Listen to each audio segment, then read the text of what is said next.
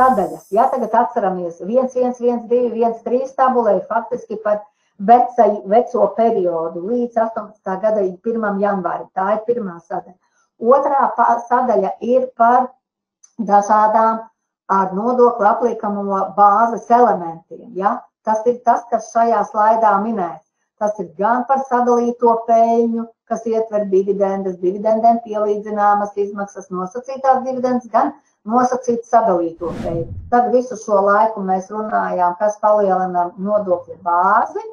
Tagad mēs runājam par tālākām sadaļām, kas samazina nodokļu bāzi, tie ir dažādi atvieglojumi.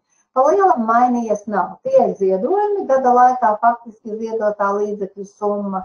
Tad nodokļu dubultās uzlikšanas novēršana atkal.